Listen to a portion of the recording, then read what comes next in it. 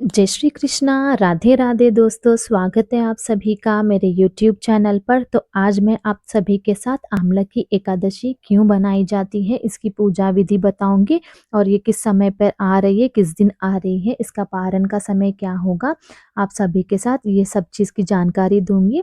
तो इस वीडियो को ज़रूर देखें और आगे वीडियो में बने रहिए दोस्तों।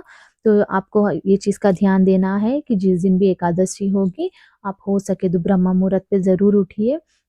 बहुत से गृहस्थ जीवन में ये होता है कि कुछ लोग नहीं जल्दी से नहीं उठ सकते। पहले उनको अपने घर के जो अपने बच्चे और अपने अपने पति होते हैं, उनको पहले सब उनको रेडी करके दे दीजिए। उसके बाद चाहे तो आराम से भी इनकी सेवा कर सकते हो, एकादशी की पूजा आराम से भी कर सकते हो।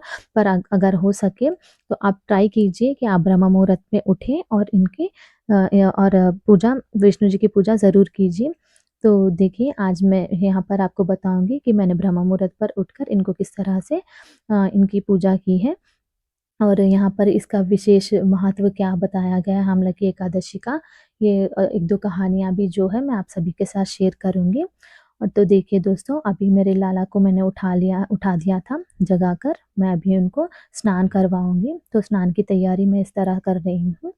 पहले मैंने कुमकुम लेकर थोड़ा-सा इनको यहाँ पर स्वास्तिक लगा लिया है और थोड़े से पुष्प डालकर इनको यहाँ पर स्नान करवा रही हूँ। अभी जैसे कि गर्मी के दिन स्टार्ट हो चुके हैं, तो मैं यहाँ पर उनको थोड़ी देर तक ठंडे पानी में उनको थोड़ा-सा एन्जॉय करने के लिए मैं यहाँ पर उनको एक 5 या 10 मिनट ऐसे छोड़ देती हूँ। तो देखिए, अभी अपने लाला को मैं यहाँ पर स्नान करवाऊँगी। तो अभी आप सभी के साथ मैं ये आंवला की एकादशी किस समय आ रही है, आप सभी के साथ शेयर करूँगी। तो आप ध्यान से सुनिए दोस्तों, आंवला की एकादशी 27 फरवरी को रात रात में 12:33 को और एकादशी समाप्त होगी 27 फरवरी को रात 10:32 को। पारण का समय होगा 28 फरवरी 6:47 से लेकर 9:06 को होगा, जो कि सुबह का समय होगा दोस्तों। तो आप ध्यान दीजिए, पारण के समय ही अपना व्रत ज़रूर खोलिए। बहुत से लोग क्या करते हैं, एकादशी के दिन वो लोग एकादशी का तो व्रत करते हैं, दूसरे दिन वो पारण का समय फ़ॉलो नहीं करते हैं, जिससे आपको फल नहीं मिलेगा। तो आप अगर हो सके तो पारण का समय भी ज़रूर फ़ॉलो कीजिए। तो अभी मैं आप सबको थोड़ी-सी आंवला की एकादशी की जानकारी दूँगी। तो देखिए, आंवला की एकादशी हमें क्यों मनाया जाता है, इसका जानकारी आपको अभी बताऊँगी दोस्तों। आंवला की का अर्थ है आंवला। स्कंद पुराण और पद्म पुराण के अनुसार एकादशी का विस्तृत वर्णन किया गया है। मान्यता है कि सृष्टि की रचना के समय भगवान विष्णु जी ने मुख से आंवले का वृक्ष की उत्पत्ति की थी। तभी से आंवले का वृक्ष को विष्णु रूप माना गया है। इस दिन आंवला वृक्ष की पूजा होती है, आंवले के वृक्ष की जो है पूजा होती है। जो कोई भी यहाँ वृक्ष की पूजा करते हैं तो उन्हें 1000 गुण बराबर पुण्य मिलता है। साथ ही यह व्रत मनुष्य को सांसारिक संबंधों से मुक्त कर मोक्ष की ओर ले जाता है। और आंवला की एकादशी हिंदू धर्म की एक अत्यंत पावन एकादशी मानी गई है। यहाँ इस साल की 6वीं एकादशी है 2026 की, जो कि फाल्गुन मास के शुक्ल पक्ष में आती है और भगवान श्री हरि विष्णु जी को समर्पित की गई है। इस दिन आंवले के वृक्ष की का विशेष महत्व बताया गया है। धार्मिक मान्यता के अनुसार आंवले के वृक्ष में भगवान विष्णु स्वयं निवास करते हैं। इसलिए इस दिन आंवले की पूजा और सेवन से विशेष पुण्य प्राप्ति होती है।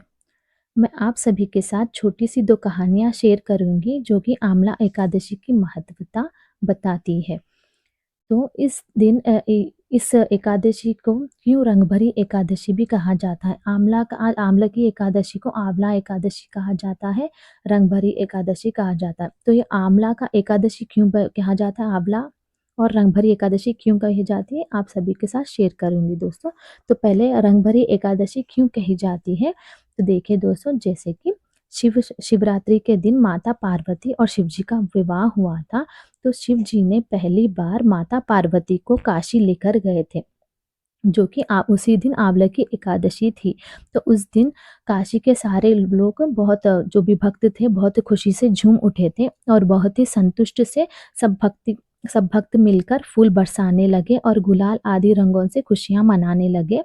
इस तरह से उन लोगों ने रंग-बिरंगी रंगों से खुशियाँ मनाई थी। इस कारण इस एकादशी को रंग भरी एकादशी भी कहा जाता है।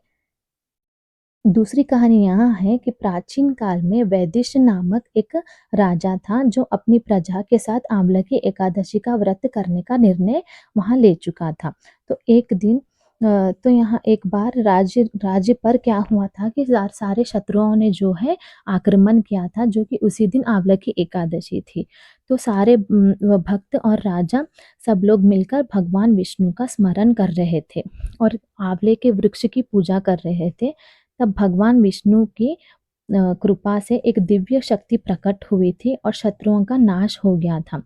तभी से यह मान्यता है कि आंवला की एकादशी का व्रत करने से बड़े संकट भी दूर हो जाते हैं और शत्रुओं का भी विनाश होता है। तो ये 2 कहानियाँ जो कि मैं आपको शेयर करना चाहती थी, जो कि यहाँ आपको आंवले की एकादशी का महत्वता भी बताती है।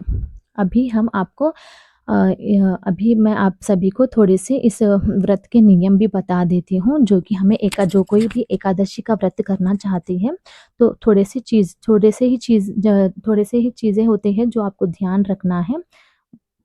जैसे कि एकादशी के दिन और दशमी के दिन, एकादशी के 1 दिन पहले और एकादशी के दूसरे दिन अगर हो सके तो आप लोग चावल का सेवन ना मत कीजिए दोस्तों। अगर हो सके तो आप ज़रूर ऐसा रोटी या ऐसा कुछ खाकर आप रह सकते हो। तो जैसे कि तामसिक भोजन भी आपको नहीं करना है 1 दिन पहले और 1 दिन बाद, तो आपको भरपूर ये फल मिलेगा। तो तामसिक भोजन से आप दूर रहिए, झूठ, क्रोध और नकारात्मक विचारों से बचे रहिए दोस्तों। जितना हो सके आप लोग ज़रूर विष्णु जी की अधिक से अधिक स्मरण कीजिए।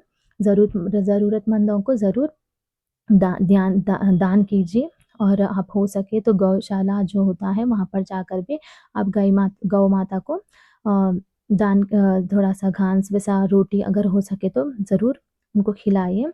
तो इससे भी आपको एकादशी का भरपूर फल मिलता है।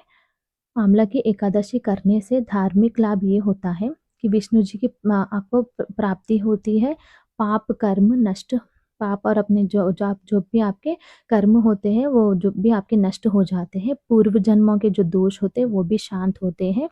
मोक्ष की मार्ग आपको प्रस्तुत होती है।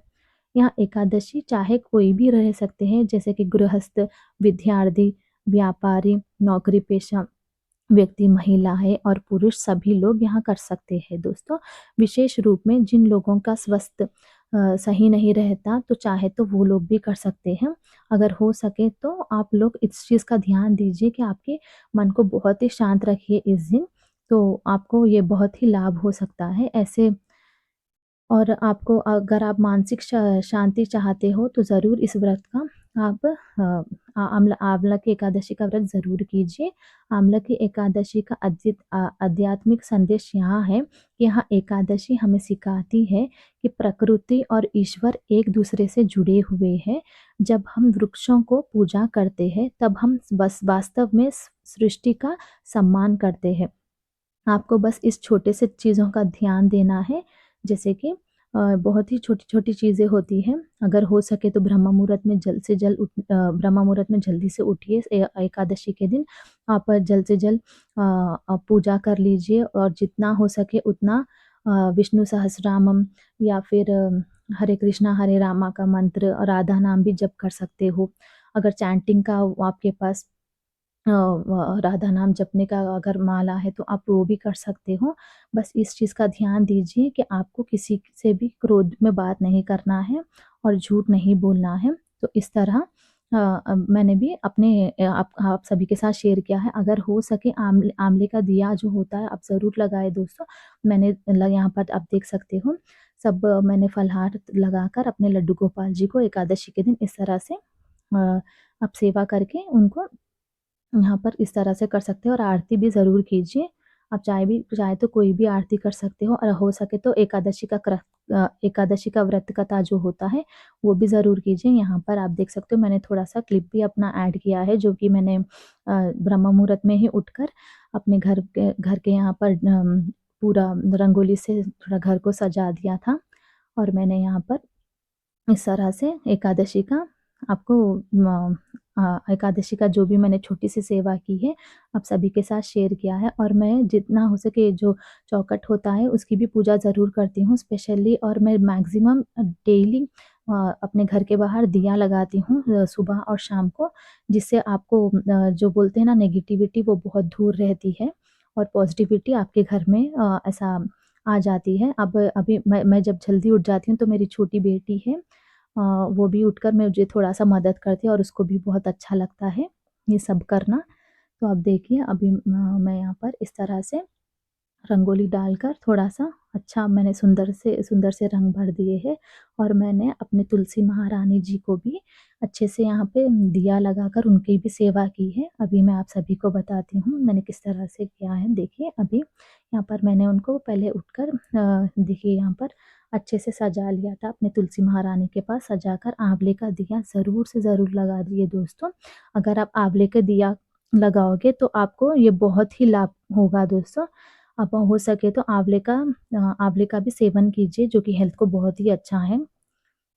इसलिए आपको अगर मेरी वीडियो अच्छी लगी हो तो ज़रूर मुझे कमेंट्स में बताइए।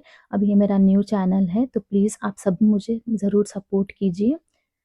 तो मैं ब्रह्म मुहूर्त पर इस तरह से उठ गई थी। मेरी छोटी-सी बालकनी है पर मुझे बहुत ही अच्छा लगता है इस तरह से अपने अ, म ग भगवान की सेवा करना। तो मैंने यहाँ पर इस तरह से अच्छे से अपने तुलसी माता का भी जो है अच्छे से पूजा कर लिया था। आप देख सकते हो कितना ऐसा पॉज़िटिविटी लग रही है। अगर आपको मेरा वीडियो अच्छा लगा है तो प्लीज़ दोस्तों मेरे चैनल को लाइक, शेयर और सब्सक्राइब ज़रूर कीजिए। मुझे बस आप लोगों का थोड़ा-सा सपोर्ट चाहिए जिससे कि मैं भी आगे बढ़ सकूँ। आपको अच्छी-अच्छी जानकारी एकादशी के बारे में दे सकूँ। अगर आप चाहो तो अभी मैंने भूख के वीडियोज़ भी नहीं डाले हैं। थोड़ा-सा जैसे कि गृहस्थ जीवन होता है, थोड़ा-सा बिज़ी रहती हूँ, तो मैं टाइम नहीं निकाल सक रही हूँ इस चीज़ों के लिए, तो मैं बहुत लेट पोस्ट कर रही हूँ। हो सके तो मैं जल्द से जल्द पोस्ट करने की कोशिश करूँगी। थैंक यू दोस्तों, धन्यवाद। ऐसे ही मेरे वीडियो में बने रहिए।